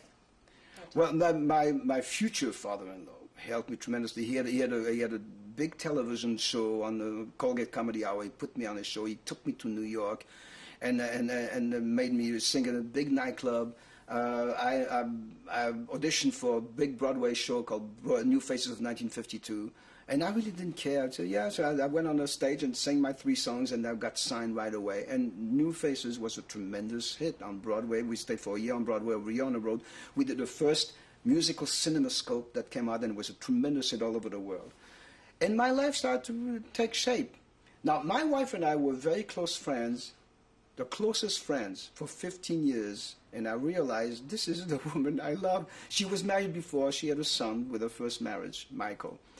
And I knew him when he was a small kid. And she would go where I am. I would come to Los Angeles, and then we wrote to each other. We would call each other. I mean, really the closest friends. And I suddenly realized in 1964, I love this woman. I mean, that's enough of me being single, and I need somebody to share a life with. And I'm glad she waited. And we've been married since 1965. We don't have any children, but I have a stepson. I have 3 granddaughters whom I adore. But my life is very good. I mean, in show business is a very fragile life. If you love it tremendously, you will take the knocks with it because there are lots of lows, very few highs. You're very lucky again if you get a break and become some recognition, some star. I was lucky in 65 when I did Hogan's Heroes, which was a tremendous hit all over the world, not just in the United States, but all over the world. It's a tremendous hit. In 1994, it's still a tremendous hit in Europe right now. So I was lucky with that. But you have to understand, I mean, that it's a roller coaster. And if you understand that, then you keep on being in the show business because one of these days maybe your luck will come back. But otherwise, right now I'm 68 years old and I'm enjoying my life. I paint a lot. I see friends. I go to the movies. I enjoy my wife and my grandchildren. So I'm very happy. Speaking of your grandchildren, now that it's almost 50 years since the end, is there anything you'd like to pass on to them? Any message? I tell you, I just want to say that my life changed drastically in 1980 when I realized that I cannot stay silent about my experiences, that as a survivor I have a duty, I have to leave a legacy somehow. And I joined the Simon Wiesenthal Center through really what triggered it is a documentary that I saw in 1980 on PBS about a survivor who went to Auschwitz with her son to show him how she survived. And what she said in that documentary that really woke me up when she said, 30, 40 years from now, we're all going to be dead. And anybody can write anything they want about it. Like the revisionists, so-called revisionists, with our deniers, really. Those are the proper words for them, deniers. And I realized that she's right. I mean, I cannot, after 36 years of not saying anything about it, I have to teach people about men's inhumanity to men. And since 1980, I have joined the Wiesenthal Center, and I have been a very huge spokesman going to high schools and colleges and universities. I talk to millions of young children, really teaching them that you cannot live with hate. You cannot, and I say, I'm not saying words right now. I do not live with hate. I'm not telling you something that I'm going to do something else. You really, if you want this world to be alive, to be a fertile world, you have to stop feeling superior to another human being just because that human being has a different color skin, a different shape of eyes, or a different religion than yours. Do not feel superior to this person. Give them as much chance that you want to have. And that's what I taught to the kids. And you get, the response is tremendous. People say, you've been doing it for 14 years. I say, I'm only doing it because the response is positive. If it was negative, I don't like to hit myself against the wall and say, it feels good when I stop. I don't do that. I'm not a masochist. It's very tough to do it, because each time you talk for an hour, you do relive the painful life that you had. But they have to understand that if we stay in apathy, that's what's going to happen. And it is happening. I say to them, when are we going to tell students to face a map of the world and close their eyes and pinpoint at them? And when they open their eyes, wherever they pinpointed, something terrible is happening now. When are we going to say, look, nothing's happening now. Isn't that great? It's a great world. And I say, you have to do it because we haven't. We still hate. And look at the world it is today with neo-Nazis and Nazi skinheads and the white supremacy group and so-called revisionists who are really poisoning this world and people. And you cannot let them. That's why we survivors have a duty. I am more than willing then to talk to you, even if I cried, and sometimes I do cry. But you have to do it. It's something that you have to leave for future generation. And my grandchildren know about it. I've talked to their schools. They know about me. I think we've covered it. Okay. If you'd like to just say that you're going to show us some photographs now onto the mic of your family. Yes, I have been very fortunate to have photographs that were saved by my brother, of my family, even grandmother and grandfather, and a lot of my youth. And I guess you will see them. This is my grandmother and grandfather on my father's side. They were very religious Jews. I never met them. I never knew them. There was a huge photo of them in my bedroom, and I was always scared of them. Can you explain a little bit more about because that my photo? grandmother had a glass eye, and they're staring at a camera, and then she's looking, I'm sure she was very sweet, she looks very mean even today. And I was scared because I was the first one, because I was the youngest, to go and sleep in that bedroom that we all shared. And there she is staring at me. I was putting the cover over my head. I don't want any part of it. And do you know when this photograph was taken? Oh, no. Who knows? Probably in the 1800s. You mean yeah. Yeah, 1800, maybe late 1800 probably. Okay.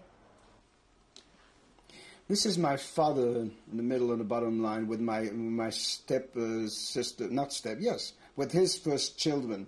And from starting at the top on the left is the oldest one, Sarah. The middle one is Regine. The one on the right is Adele. The bottom is Fanny, my father, and my half brother Henri. Not step half, I would say. Yes. And I would say it was probably a compound. I'm sure they were not sitting together. They probably put the whole thing together, and I would say it was like early 20s. And where was this taken to? I don't think it was in Paris, because my two oldest half sister, with the first one, Sarah and Regine, were in Poland. They stayed in Poland, so they probably had those two photos and put them together in Paris, probably in France. And the two older sisters, the one on... Yeah, on the left, They were Sarah the and ones- Regine. and They they- stayed in Poland. And they died, right? Yes, but I don't know if they were deported. I don't know if they were sent to concentration camp. Though my sister Sarah, her children were in Israel, and I met them in 1982. No, after the World Gathering. Okay. The World Gathering was too much tumult. I Okay. didn't see anybody.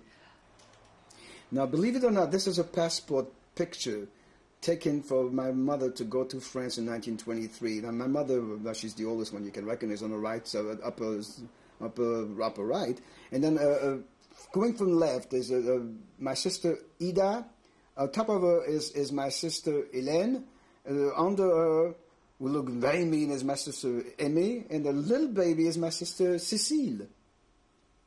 And this was taken... They was taken in Poland. That was their passport picture to go to France. Do you know what joining city, my do you know father. what city in Poland? Warsaw. Okay. He said 1920. This is a 1927 photo of both my brother, my half-brother, and my real brother. My brother Henri with his hand on his hip, and my brother Jacques, very svelte, very good-looking. They're both dead. But they died in a very old age. I mean, my brother Henri died when he was 85. My brother Jacques was 86. It's not bad. And where was this photo In taken? Paris. That was taken in Paris, France. Okay. Next. No, I don't know who that is. Oh, yes, I still look like it. I was 2.5 years old when this picture was taken. In Paris, of course, because I was born and raised in Paris, France. Look at this adorable kid. He grew up to be a monster. So can we say, what Yeah, I year was 2.5 years old, so So- yeah, 26. It was 1928. Okay. Cute. Now, this is my parents. My mother, Baylor. We used to call it Baylor. And my father, Reb Moshe. I guess when you call somebody a Reb Moshe, it's pretty good. And that was taken in 1930 in Paris. There's another picture which I don't have where I was supposed to be with them and I didn't want to add a tantrum, and they were not smiling at all. They were sweet people. Now that was taken in March 16, 1927. It's both my younger sisters. I mean, not younger than me, but my sister Madeleine, who's on the left side, was a year and a half older than I am, and then my sister Cécile was a year and a half older than Madeleine, 3 years older than I am. And look at them, cute little boys. They come out to be beautiful girls now. And did they both survive? Yes, those are the ones who escaped. My sister Madeleine went to the toilet and escaped being deported. My sister Nikki, with false ID paper, went to France, joined the underground, and was the auxiliary corps unit. Nikki, I call her Nikki Cécile. 1930, I think. I'm not quite sure, but I think it's 1930. My sister Madeleine is sitting with a little page haircut, and my sister Hélène, who's I think she was 4.5 years older than Madeleine, is on the right. She wanted to be in show business. If she didn't die in Auschwitz, she probably would have. She was a very, very good actress. She's the Hélène. She's the older one. Yeah, Hélène. Well, not the oldest one. I mean, No, she's but I mean in in the this picture. photo, yeah, she's the oldest And one. where was in this picture was taken? In Paris. From then on, it's all in Paris. Okay. All these photos that you're seeing, I was saved by my brother Jacques, who was not deported, and he gave them to me after the war. This photo is my sister Ida with her husband-to-be, Jacques Pankenfeld, was his name. They were engaged right there, and it must have been 1930 or 31. Is this the same Jacques who was in the camp? He with was in you? camp with me. He died in Buchenwald, yes. But he's the one that you said you didn't feel. Yes, as close to. after 6 months, we each went our ways. Even though I used to see him, he was very lucky in the second camp in Blechhammer. He did not go to work. He stayed inside the camp, making shoes. Okay. Well, that's me, Robert Widerman, at age 13, doing my bar mitzvah, being very cocky and waiting for my ring and watching fountain pen. And I was always afraid of Elijah doing Passover. That's in Paris, of course. And in what year? In 1939. That's when I was 13 years old. No problem about that. Okay. Now, this is outside of Paris. It's 1939, and it's my family having a picnic. From the left side is my brother-in-law, Jacques Packenfeld, with his son, Bernard. Then above him is my sister Ida. Under my sister Ida is Jacques, Widerman with his wife Golda. Then my brother Henri with his daughter on his shoulder, Raymond, and Dora, not Raymond, and his wife Berthe. And in this. It's outside of Paris, Bois de Boulogne or Bois de Vincennes or something like this. And how many of these people were how many are alive? or survived? Survived, except for my brother-in-law and Ida and Bernard. All the others did survive. My brother Jacques and his wife and my brother Henri and his family did survive. This is early 1942, and that's where we started to wear the Yellow Star of David. And my sister Madeleine and me were just clowning around in Paris, right outside our apartment house. And you can see on our left, you can see slightly a Star of David that we had to wear from then on. Can you Can you say like on her breast pocket or under? Well, it's on her breast pocket. Yes, that's where you wear. That's where you have to wear the Yellow Star very prominently on the breast pocket. And it looks like we can almost see yours. It's under the crease. No, of your because jacket. because I'm leaning a little bit and dancing. I was a very good jitterbug dancer, and that's what we were trying to simulate. Now, this is a very interesting story. I formed a band, an orchestra, when I was a young kid with the kids from our apartment house. And I don't know whether the man on the left side, I don't know who he is, but the ones who are playing the kazoos, the little one on the left is Henri Adener, who unfortunately was deported and died in Auschwitz.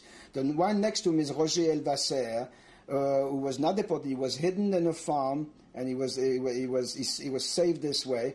And they were all great singers. The one with the mallets is Georges Goldstein, and also he was not deported. And the one next to him is that little kinky-haired Jew, Robert Widerman, who was deported and came back. And what year was that? That was in 1941. We even went to an amateur jazz contest, and we won a prize. It was ridiculous, because we didn't play a real instrument, but we sang quite well. This is one of my saviors in Buchenwald, Huey Zach, who was the head secretary in Buchenwald. And that was taken after the war. It was after the war. It was the end of 1945 in his Czechoslovakia, where he was born and raised, and he went back to Czechoslovakia. He was a wonderful man, wonderful, and a great fiddle player, bass fiddle player. Huey Zach. This is 1981.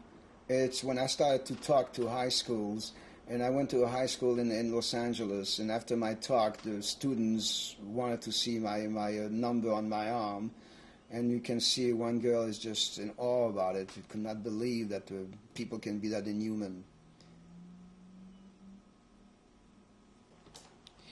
This is Jerusalem, 1981.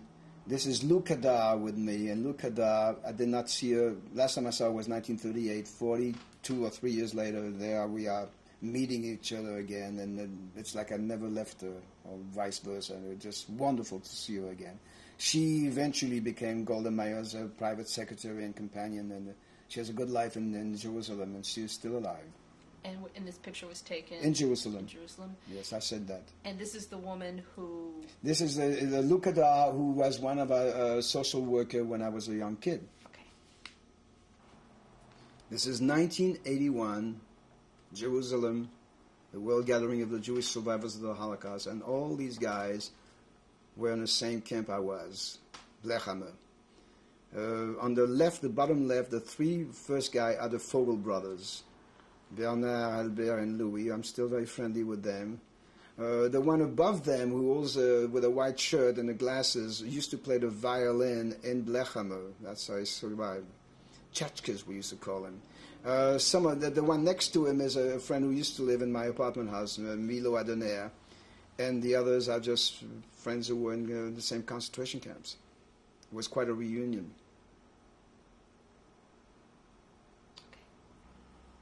This is a family reunion in 1990 outside of Paris. And from the left is my brother-in-law, Gaston Zelenka, with my sister, Amy Zelenka, my sister, Nikki Cécile Hollande, my brother-in-law, Jean Vigier, with my sister, Madeleine Vigier, and me.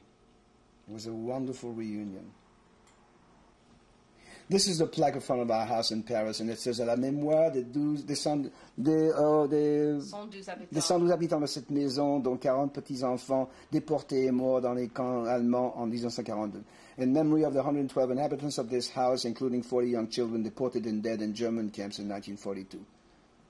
And you took this in Paris? Yes, that's right. And it's in front of our apartment building, where my sister Amy still lives. Rue des Deux Ponts. Rue des Deux Ponts, in L'Île Saint-Louis. This is in Malibu, California, at my sister-in-law Edna McHugh, and my oldest granddaughter is holding me, otherwise I'm going to fall, and her name is Kimberly Metzger.